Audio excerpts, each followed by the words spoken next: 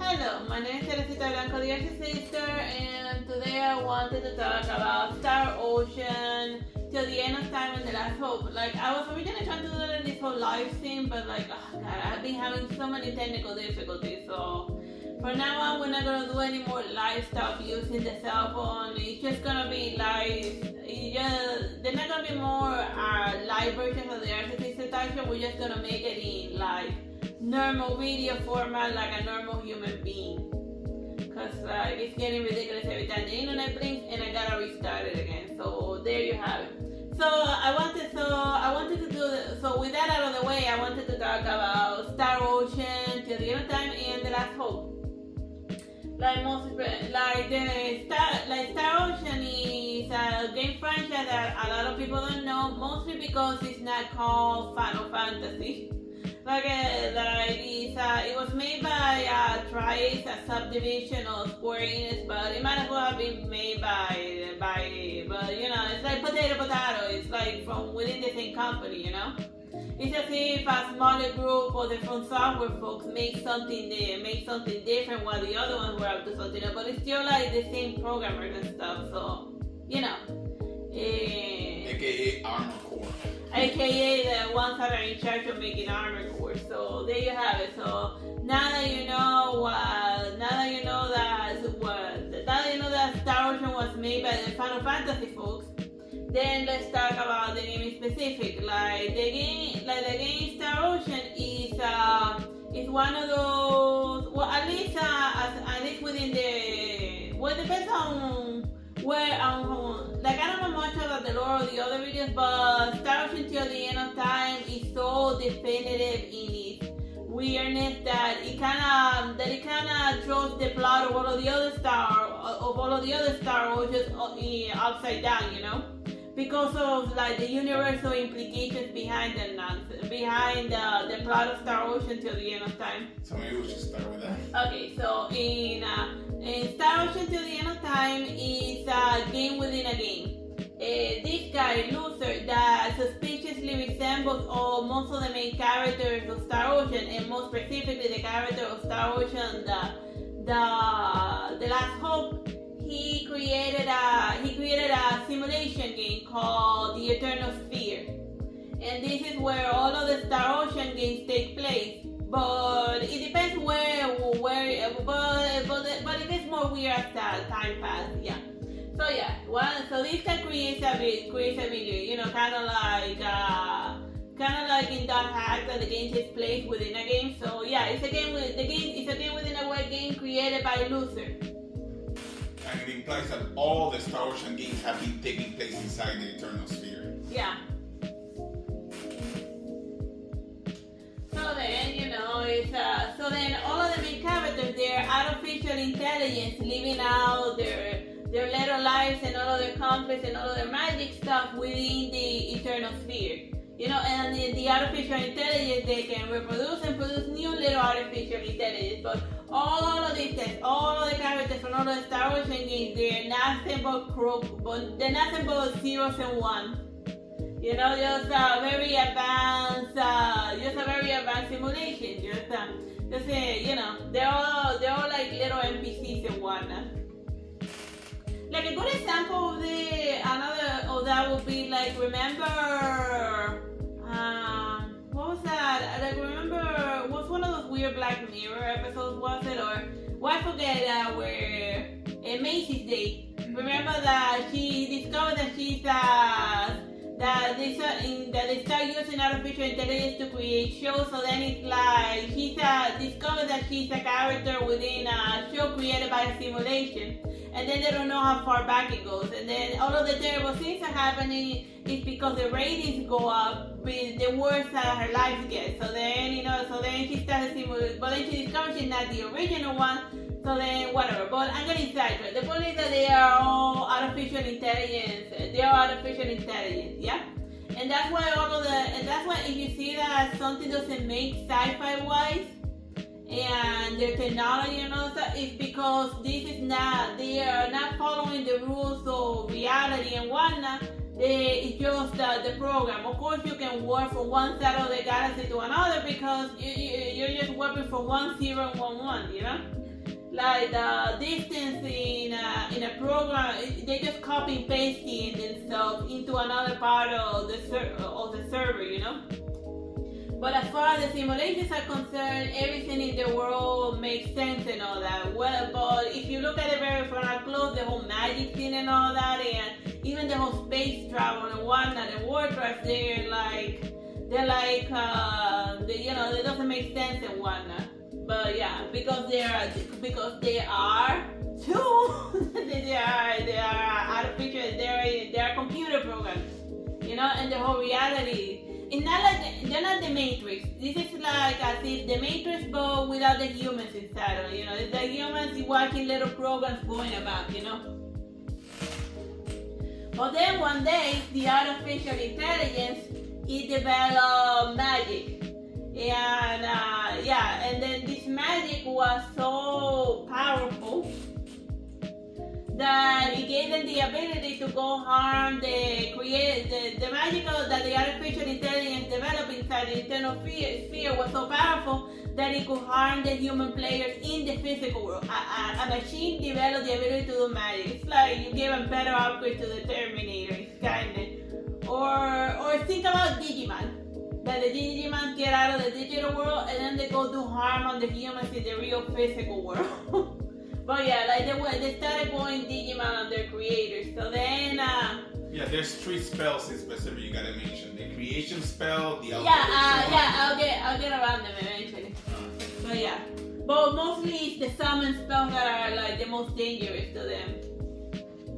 Yeah. What happened? It just disconnected. Can you help me? It will connect using to have faith. Yeah. So then as one of the characters in the Star Ocean game explained, nobody can reset the Eternal Sphere to get rid of what they consider a bug, which is it will be a major bug if like the characters from software get out of their video and they start invading the real physical world. That will be one hell of a bug. You see. That would be a hilarious diet. They could do that as a weird Dark Souls movie that the characters that the player base starts getting invaded in like the physical world and stuff by like the NPCs from like the video game and whatnot, because you know. They can reset it, but what they can do is do updates to it, like the missing procedure and the. Yeah, they said like Luther can reset the Eternal Sphere, but he can patch it, you know? You know, like create patch for it. Okay, it's doing it again. Yeah, when you press it, you move that cable, it will turn it off for a second, and then it'll come back. Okay. You just need to press it very lightly. Okay, so in order to do it, so since he can't like reset the Eternal Sphere, what he can do is influence he creates patch in the form of the epiphanies of guidance that they corrupt other artificial intelligence in order to trick them into destroying the thing that it perceives as a threat. And the thing that the epiphanies of guidance and Luther sees as a threat is the magic user. So, like if you notice, all of the planets that got attacked by these things, they all have magic users. The Cardinals, even in the raw form, they could use magic, so they were a threat. They landed on Lemurus. All of them are magic users. They also landed on Eos because like this whole thing is them targeting the artificial intelligence that has the ability to use magic. Which can harm them in the physical world. So yeah, that's why. So that was all boiling down to it's like that kind of became magical, and then it's like it went from like being a weird computer virus to something that can harm you in the physical world because it learned magic, and then wait, magic, whatever. So yeah, it's very guiding. Oh yeah. So then, as part of the whole plan is them, like, Faith is not like specifically mentioned as a one, but he's a magic user, and then in the ending of the last hope, they kidnap him in order to give fuel to their little deletion program, and they were also studying him to try to understand how does this magic thing work exactly, because implied was they said that he received a lot of genetic alterations in order to be able to use magic and stuff. So who knows, maybe he has a little bit of more DNA running around, but it wasn't specifically stated. Cause yeah, and then we'll talk specifically about the Mua. So yeah, like as you notice, a lot of like the main characters from Star Ocean, they had like blue hair, and those are like the Mua. And then they were originally like the first, like it says lore was that one day a meteor fell on the home island of the Moas, and then they were forced to spread across the galaxy in order to avoid destruction. But then think about it, like this whole meteor thing, it could have just been that Luther, he programmed a meteor that will hit them that will hit them, you know? You can easily, like he added a patch, and in order to deal with like the magic user problem that was proliferating in his server, but then the virus spread everywhere.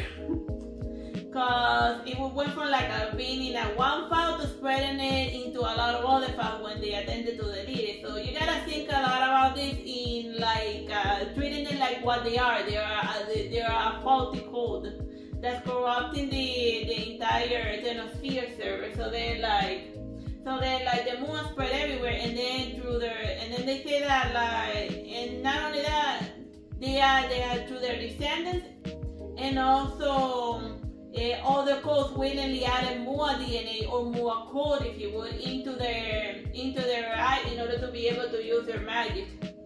Because some AIs are more aware of the real physical world that they're living in a server more than others. And I would say specifically, Fei Langa's father was aware that they were within a game server because he collected in 3 children the thing necessary in order to go deal with Luther in the physical world, to either kill him or reason with him, or just to see what was out there. So yeah, there you have the meteor that tried to destroy the Mua or patch them out of the server. And then here's like they try, like she's not specifically a Mua, but like remember I don't know, well I'm gonna assume that you don't know, that you never played till the last hope. Well, this chick, she had they call her Anima, but in the game they didn't give her a name, but she does have a name in the wiki. So I guess she pops up in a different game. Like she has the ability, she has a spell that is teleportation, you know?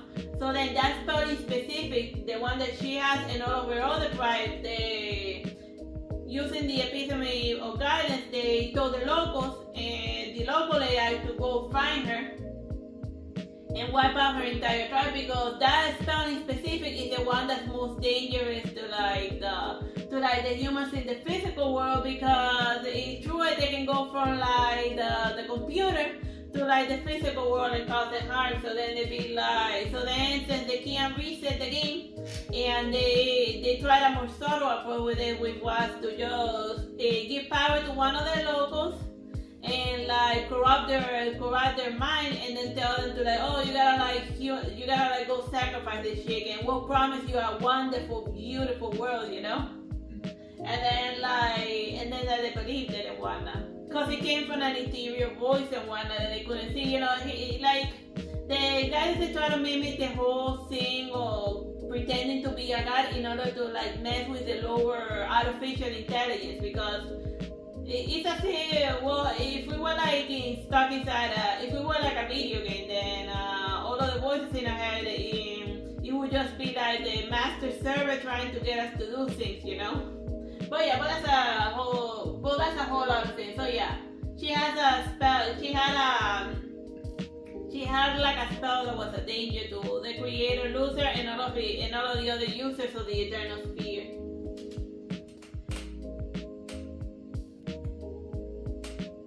So yeah, so then that brings me to Edge and Remy, that they were like prototypes of the thing that would eventually become the human. They had like more DNA, which made them like stronger, or you would see that it would make them like the ones within their server, you know, like Neo style, and then it would amplify their powers and ability to survive everyone. And then like their final form, once they got all of the pieces together in order to go fight the creator, Luther. Oh yeah, then I also mentioned Faith, that he might be a Moa and whatnot, but we don't know. And then he was a bit corrupted and whatnot. I said it very early. And the Cardinals, they're also magic users. And she's also another magic user for them too, and they send stuff to their planet as well. But like they have they are an artificial intelligence being governed by an even stronger artificial intelligence. Remember X? That he also tells them what to do. So for all we know, X is like the master artificial intelligence controlling all of the within the eternal sphere, because like there's lots of processes running and whatnot simultaneously. You got like the lower artificial intelligence who like do their life, but then you have the artificial intelligence that runs the world. You know, like think of it like the game master in like a Dungeons and Dragons thing. So then X in this case would be like the game master making certain that like the planets don't like that the core of the planets maintain well and that there are not any glitches and whatnot. So then he saw the update patch as a threat to his ultimate plan, which is to like go beat up Luther, because we don't really know who told the fake Langa's father to like mess with his son's DNA and whatnot, and where they have to. Oh yeah, and these are the characters until the end of time. And I forget, this one was, we got Faith and Sophia, and this one was Maria, right? Yeah, Maria. Yeah. And you see that they both of them have like the blue hair of the Moa, which means that their DNA is stronger magic, and then Sophia who has connection.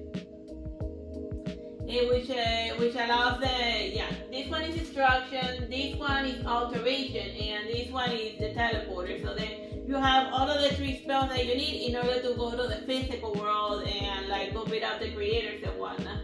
Yeah, basically the way that Maria and Sophia work is they're basically a 3D printer. One of them creates the item and then teleports it into the real world via 3D printing.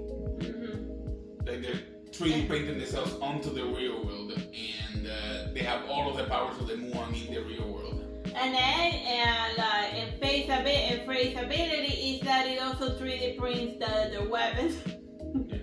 Yeah. Their ability. Well, I think that his is the destruction matter. So no, he's basically a nuke. Yeah, those two are there to transport their living nuke into the physical world in order to have a strong bargaining chip. Oh, you're gonna like delete us, you're gonna like the programs in the eternal sphere. Oh, you're gonna delete us, you're gonna like be patching us and ruining our life. No. And then yeah, it's a carrot and stick situation, because you have one person who's there to reason with them, and another person that if they do not reason with you, it will just completely wipe out everyone from existence. Yeah, so because Faith within the game, he has like really big destruction power. Like they really went nuts with like his ability and whatnot.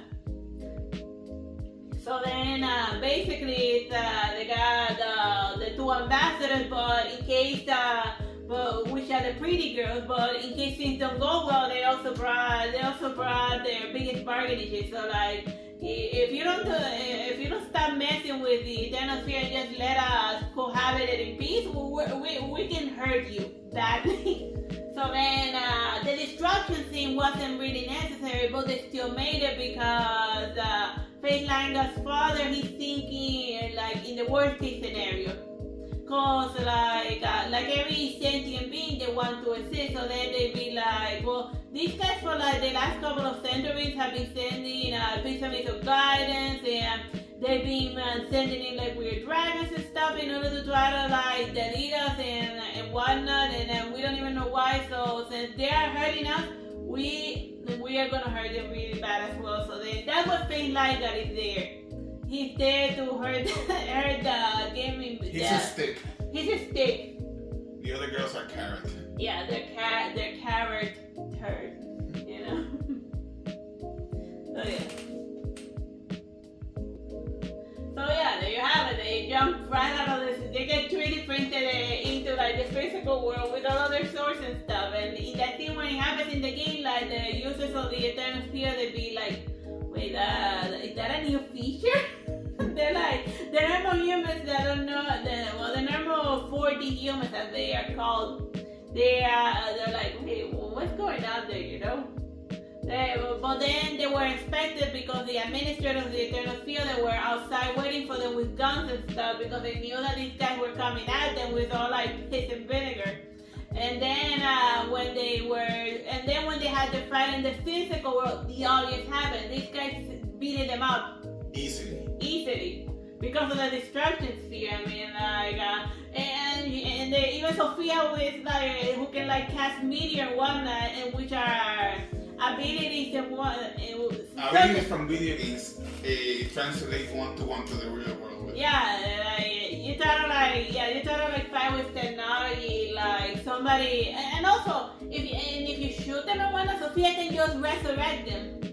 And also because of the video game ability, they have like a weird aura that protects them from like bullets. So these guys are bulletproof as well, as was the energy shield.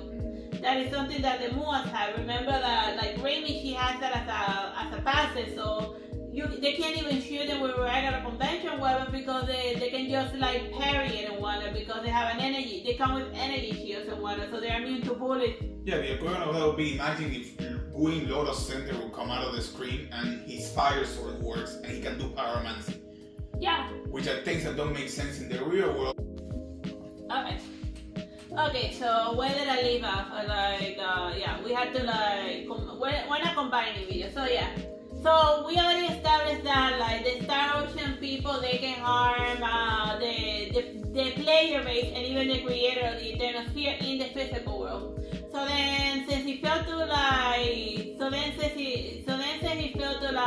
defeat them in the physical world, what does he do? Well, he had two plans. First, he wanted to capture the player, the artificial intelligence that managed to make it to the physical world in order to study them, in order to see what the hell. And also think about it, because since they're like magic users and whatnot, and they can use magic in the physical world, then just imagine they can just like they could breed with them in order to like make in order to have magic in like the physical world, but only in their company, and then maybe do some world domination or some crazy stuff. So since he failed to also capture them because they were like ridiculously strong, and then what Lucy does is that he calls himself into the video game, and then he goes into like the core program of the Eternal Sphere, you know, like the master file, in order to just pull the plug, delete everything. But and he succeeds in having the program run, and then he's slowly deleting the entire game. You see the clock running? Yeah, I see the clock running. And then he starts slowly deleting. Ah man, I touched something. Don't worry, I'll come back. Okay. Just give it a second. Okay. Yeah, so then he succeeded in like deleting everything. But surprise, surprise, even though he deleted the Eternal Sphere, all of the artificial intelligence and all of the worlds and everything he deleted survived. And weirdly, even him, because a version of him, that is, because even in the Trial of Tribulation, he shows up as a different person altogether, with the main character Faye Langal as his underling. So that's and even different versions of the main characters and whatnot, which was something that he apparently coded copies of the main characters that he could control in order to try to fight them. And even those fake copies of the main characters, the protagonists were able to defeat and whatnot. Well, it depends on how much you train in the game, but they're optional bosses. But those are just a bunch of weird bugs that showed up because the guy deleted the program from the server, but yet the program to survive, he used magic in order to copy himself to like an empty void space, or who knows. Yeah, it's interesting that the alternate versions can use Ethereal Blast before you can. Yeah, so yeah, that is something to consider. So he was able to copy the destruction gene. Yeah, which is Ethereal Blast is the strongest magic that the main character Faye Langar can do.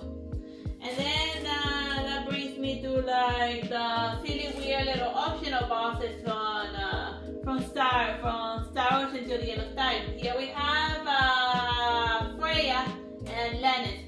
And those two characters, they're from they're from the Valkyrie profile games, but they also show up in Radiata stories. And what they all have in common is, if you think about it, the ability that they can also travel across universes and whatnot. Like, it's starting to get crazy multiverse. And then, like, this one in specific, she's there collecting inheritors or chosen warriors among the dead, because in her world, she has a big problem by the name of Lesar Balance, who's a magic user that's like, see, once again, it's magic users being a problem. Yeah, but Len shows up in the 4D world, so she was able to 3D print herself into the real world. Or maybe she was from the real world, from a different real world, and then she went from 3D printing herself. Well, she 3D printed her sister into the Eternal Sphere, like backwards, because you first run into her in the real world, and then you run into Freya, where Corcel was at in the physical world. So then when you lose against, well, actually, you find her in two places. First in the Eternal Sphere. No, first you run into her in the you find her twice. Like first in a weird cave where you find the Sudis. First you find her in the Eternal Sphere, then you find her in Sphere 211, and then you find her big sister after she loses. Well, not her sister, Freya's like Odin's wife, so like her mother. Then she shows up in where Corcel was at, back in the 4D world. So first you beat up the little Valkyrie, and then the mother of the Valkyries comes to like rip you a new one. And she will. And why? Because both of those women, they're having a serious problem with Lesar Ballet, a magic user in here that created a spell called Sovereign's Right that takes the power from the gods and gives it unto himself. And he got like so OP that he eventually was able to create another world altogether by the time that the Valkyries are able to catch up to him and like try to defeat him. And the only way that they were able to defeat him was to polymerize himself into three goddesses into one, and then that was harder for him because he could remove the power of one god, but not three goddesses polymerized into a human vessel. Yeah. He can only do one god at a time. So. Yeah, he can only do like one other god at a time. And then after, but he does succeed in creating a world, and I think that world is actually the one from Variada Stories, because their magic tower is called the Balance Tower. So then it's tied to like the formula, it's tied to like their god and whatnot. Balance. So then he has his own order of thing and whatnot, and it even has elves, stars, elves, humans, dragons, things that are from the world of Valkyrie profile, but in his but recreated in his own image and in the flavor that he likes. And you even find him over there in the Trial of Tribulation, him wandering about with Valkyrie Samaria close on his heels, chasing after him, because as a magic user that's jumping between worlds and whatnot, he's and even time traveling, he's a very dangerous individual. You also find Lesar Flask inside Sphere 211. Yeah, no, not only there, but also within what's that game called? Oh yeah, within Star Ocean. So this whole scene is happening because like a lot of crazy things are happening because like magic users be like running rampant all across. And for we know, maybe the original corruption happened because of Lesar Balance, and then they are chasing after because he probably like messed up a teleporter, and then he stayed himself onto a computer, and then he like got out of it, and then these ones are just catching up to him, but he's no longer there. But still, the corruption called magic infected the server, and then that causes a bunch of other bugs. So basically, Star Ocean is summarized as a weird multi-dimensional thing that's going like crazy because magic users be doing magic. So I hope that you have fun with like this crazy confusing lore about this stuff. So then afterwards, after the thing that happened in Star Ocean till the end of time, you gotta wonder where all of those Star Ocean games fall, because is it the Star Ocean game, does it take place in the Eternal Sphere, or the world that was created after the Eternal Sphere got deleted? Because if it takes place in the Eternal Sphere, then you can blame all of the monsters and bad things on loser trying to patch the game. And if it happens afterwards, it's just random things that happen because bad things always happen all the time and whatnot, So then you gotta wonder when it takes place each of the Star Ocean games. because you can't just ignore something so crazy as what Star Wars Until the End of Time did. Yeah, and then you have things like First Departure that appear to happen after Till the End of Time. So all of the things that happen in First Departure, are they like a different video game or? A different Eternal Sphere or like a prequel to the Eternal Sphere or something, you know. Like Till the End of Time messes with the lore of very Star Ocean game and Valkyrie profile game and Radiata story game. And Radiata story game and you know. Or because I think that Radiata story got a sequel called Historia something, but yeah, it also affects those games as well. Yeah, like Star Wars Until the End of Time really messed up the lore, you know, in a bunch of video games all across. 86 in total. 86 in total. So yeah, I hope you have fun with like this crazy lore done. Bye bye and God bless.